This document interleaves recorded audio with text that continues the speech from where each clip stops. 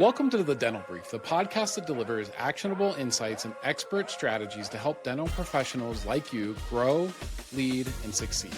I'm your host, Patrick Shavasty, the president of Omni Premier Marketing. Every week at The Dental Brief, we bring you real conversations from expert speakers that offer expert advice and quick tips that make a real difference in practices nationwide.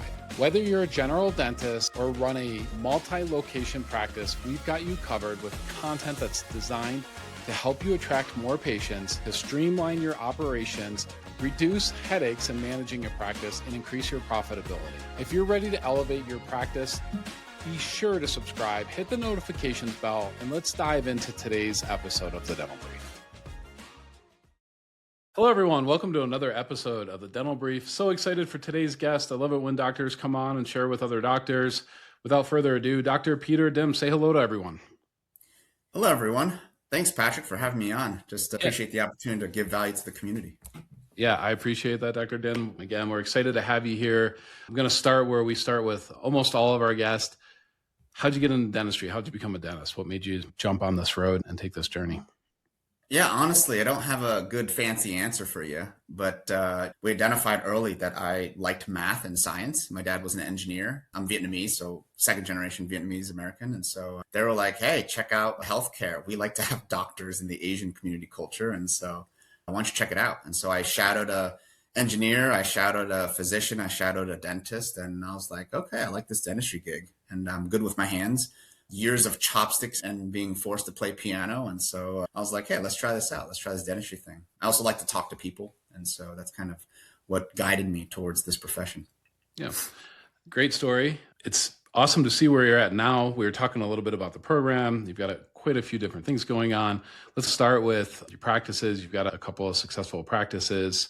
The Atlanta area, I know we don't want to talk too much about them, but I want to ask you this question. When it comes to those practices and it comes to being your own boss, when it comes to starting a business, being an entrepreneur, what are a couple of the challenges? What's a big challenge, for instance, that you never saw coming, that took a little bit of effort to get over, that you'd like to share with other dentists? Like, hey, this is something you need to look out for. This is something that's going to happen. This is going to be a big surprise and wake up call for you.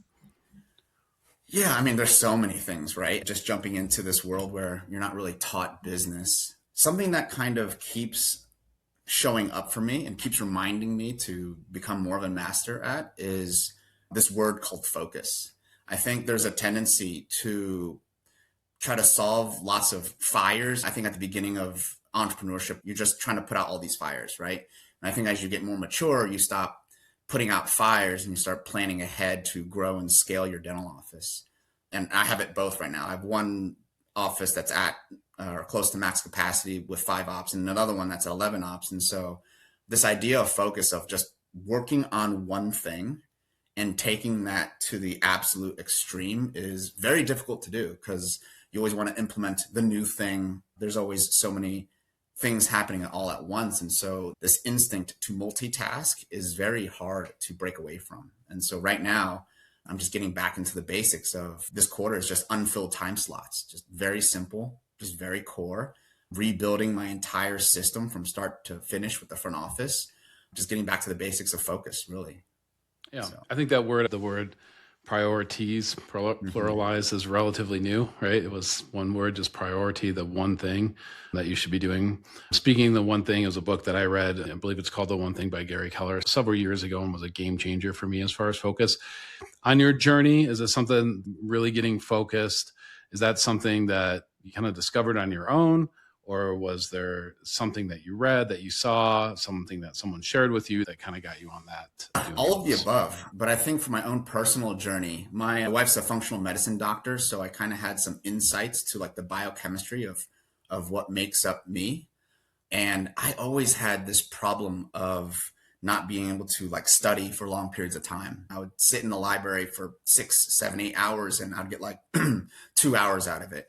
And what I realized is there was a number of things that were outside of my control. And of course, at the time, I accepted full responsibility and I tried to learn how to focus. I slept more. I made smoothies every single day. I'd wake up early and do the cold shower thing. Like I would do things to try to optimize my focus. But then later on, I think I discovered that I had things like yeast overgrowth. I had an imbalance in my gut bacteria. I had a leaky gut. And so as a result, like 70% of the serotonin in your body is made in the gut. And so as a result, I realized that I had a serotonin and dopamine deficiency. And so I got my stuff fixed. And then I realized that it was much easier to focus. So that was, I think, one of the components that I didn't realize or I underestimated. And luckily I did some of the things like, I mean, who wants to do a cold shower when it's like really cold out, especially during the winter? But I just noticed, hey, when I get cold in my system early in the morning, which now we know that it increases the production of dopamine and serotonin, like, wow, I suddenly am not avoiding hard discussions, or I'm not avoiding looking at my P&L report, or it's easier to do. I don't have to fight myself, that feeling where you're always burnt out. And so you pick up these little hacks to optimize yourself. And that's kind of been a little bit of my journey that I'm fortunate enough that my wife got into, because I can get a different perspective of what explains my behavior. So. Yep. Interesting thing about cold showers is, or cold plunging or whatever it is. I'm like, as humans, like we work so hard to find comfort. It seems so difficult to do something so uncomfortable, or to want to do something so uncomfortable. That's fantastic. It's helped with your focus. So let me ask you this question. I know you do some work with some other dentists, doing some mentoring. What are some of the big challenges outside of focus that you see dentists having? What do you think's going on in the environment nationally, things that are changing, things that are happening? What are some challenges that you're hearing and seeing there? Yeah, I think at least in my circles, the thing that I see most is just rising costs. You have rising dental supply costs, you have rising wages. I think that's the biggest challenge, right? All the ratios that we used to talk about in the past, like it's getting harder and harder to hit those targets, Hygiene wages. I know, I want to say like 5-6 years ago in my area, we used to pay $30 an hour for like a new grad type of thing, maybe 7 years ago. Now I had new grads asking for $60 an hour. So when you have a situation where certain payroll costs have been close to double, you really got to be more creative to find margin at that point. You got to really start to make a decision. Hey, do I want the highly experienced person, or do I want to hire new and train them up? These are like the different pathways you get to choose. And so I think that's probably the biggest one. And then you combine that with just there's a different generation of individuals in the workforce, people that I think they don't get enough credit, but I think they have a higher level of emotional IQ, or maybe a more needy level of emotional IQ that needs attention. And I use that phrasing so that I don't get into this victim mindset whenever I get frustrated of wanting them to do the things I want them to do. But that's what I'm seeing. Sure. Yeah, I'm hearing this, right? So this is obviously a little bit of an epidemic, if you will. Maybe it's even a pandemic, but answers, what are some solutions to this? So how do you deal with this where labor costs are going up? What's the answer to this? Especially if you're mostly in network or PPO, your hands are somewhat tied on the revenue that you're going to bring in per patient. So what are you seeing here? How do you overcome this? How do you thrive? Yeah, it's tough because everyone has to work within their own skill set. I think for me, I've always been like a teacher at heart with tutoring and things of that nature. So for me, it's one part of the equation is, well, I'm going to hire the newer person and then train them up, and I'm going to build out systems to be able to do that. That might not be good advice for everyone, because if you don't love teaching, it's very hard to maintain your patients in order to kind of get to the next level. So maybe that's bad advice. I think one other thing that you can do is getting more efficiency at technology and also leadership. And so with leadership, I think we're in this movement to move away from managing people through obligation and managing people through desire a little bit more. And so really meeting the person where they're at and figuring out what their goals are and tying the practice's needs with their goals and creating a pathway for that is like leadership 101, right? And so developing your leadership skills of having a co-creative process where you get to build things with the person versus telling them what to do. If you can do it that way, then you're going to get more out of the individuals on your team, because they're going to want to do the work. You're giving them work where they own the work.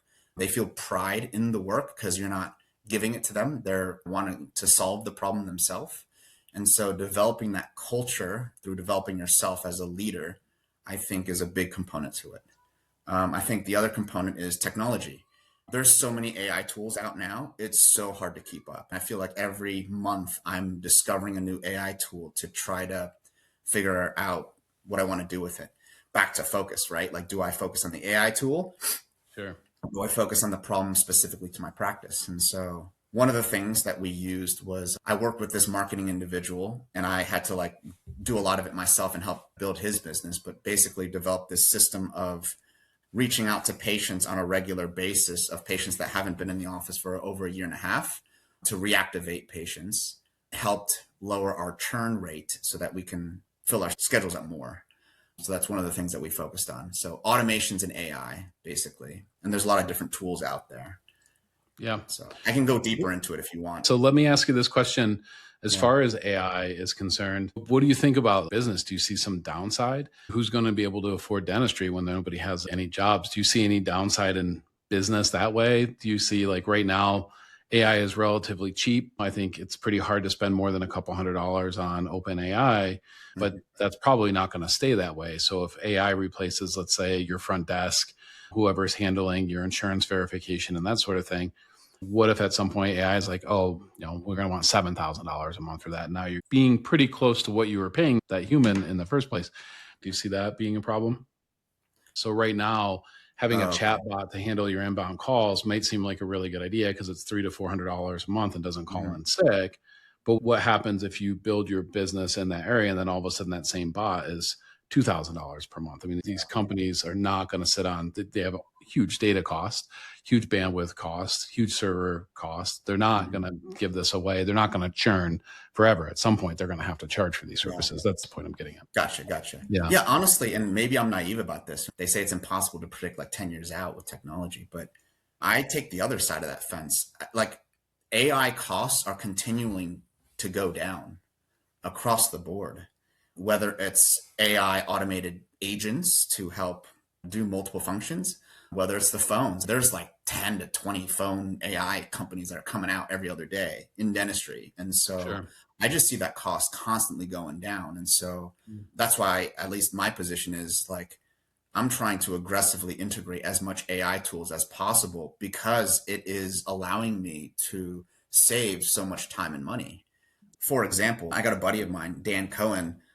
We've been developing this product for a few years now. It's called Robo Reception.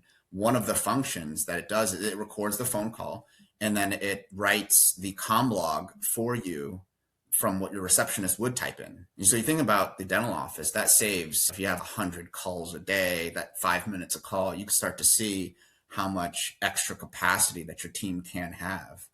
And so in my view, with rising costs, inflation going up, economic uncertainty in the future, political bipolar positions, right?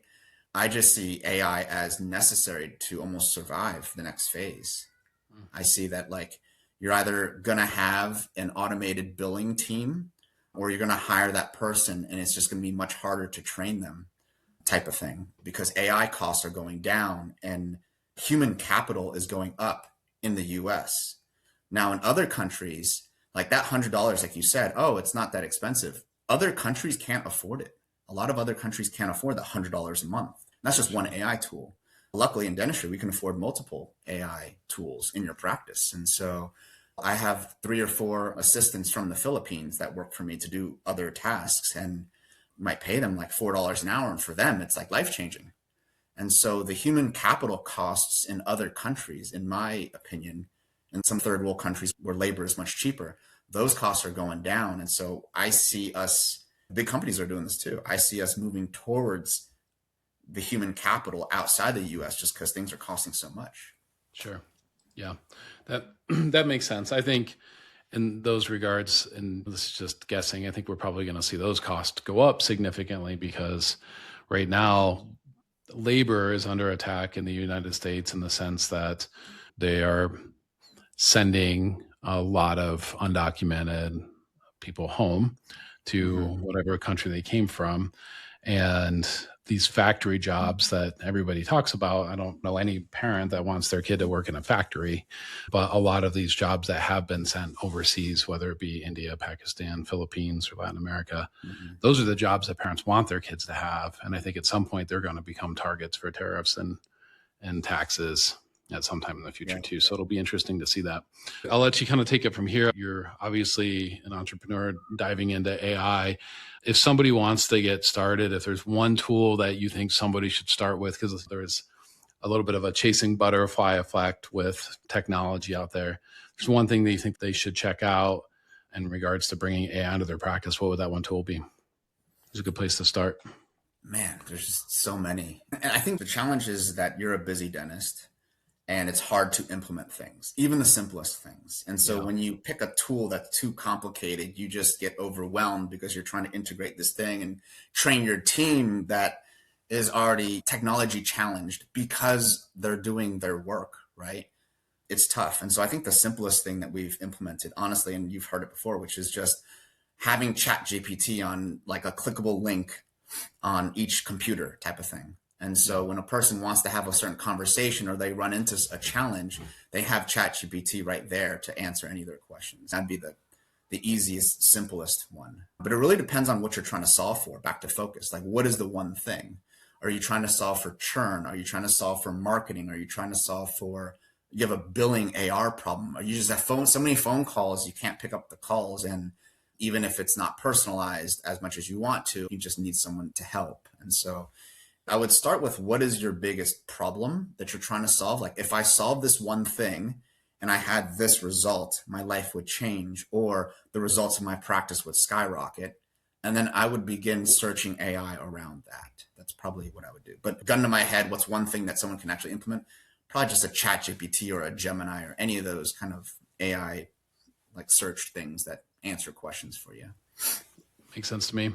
Dr. Peter Dinh, thank you so much for coming on, sharing with our audience. Really appreciate you. Come back anytime. Love to have you. Appreciate it, Patrick. Thank you for having me. And best of luck, everyone out there. It's tough. Thanks for listening to this episode of The Dental Brief. If you found it helpful, give it a thumbs up, subscribe to the channel, and share it with a colleague who could benefit. We're here to help dental professionals like you stay ahead of the curve, one brief episode at a time. You can find more episodes and resources at thedentalbrief.com. You can also join the Growth-Minded Dentist community on Facebook. Links are in the description. Until next time, keep learning, keep growing, and thanks for being part of the Dental Brief community.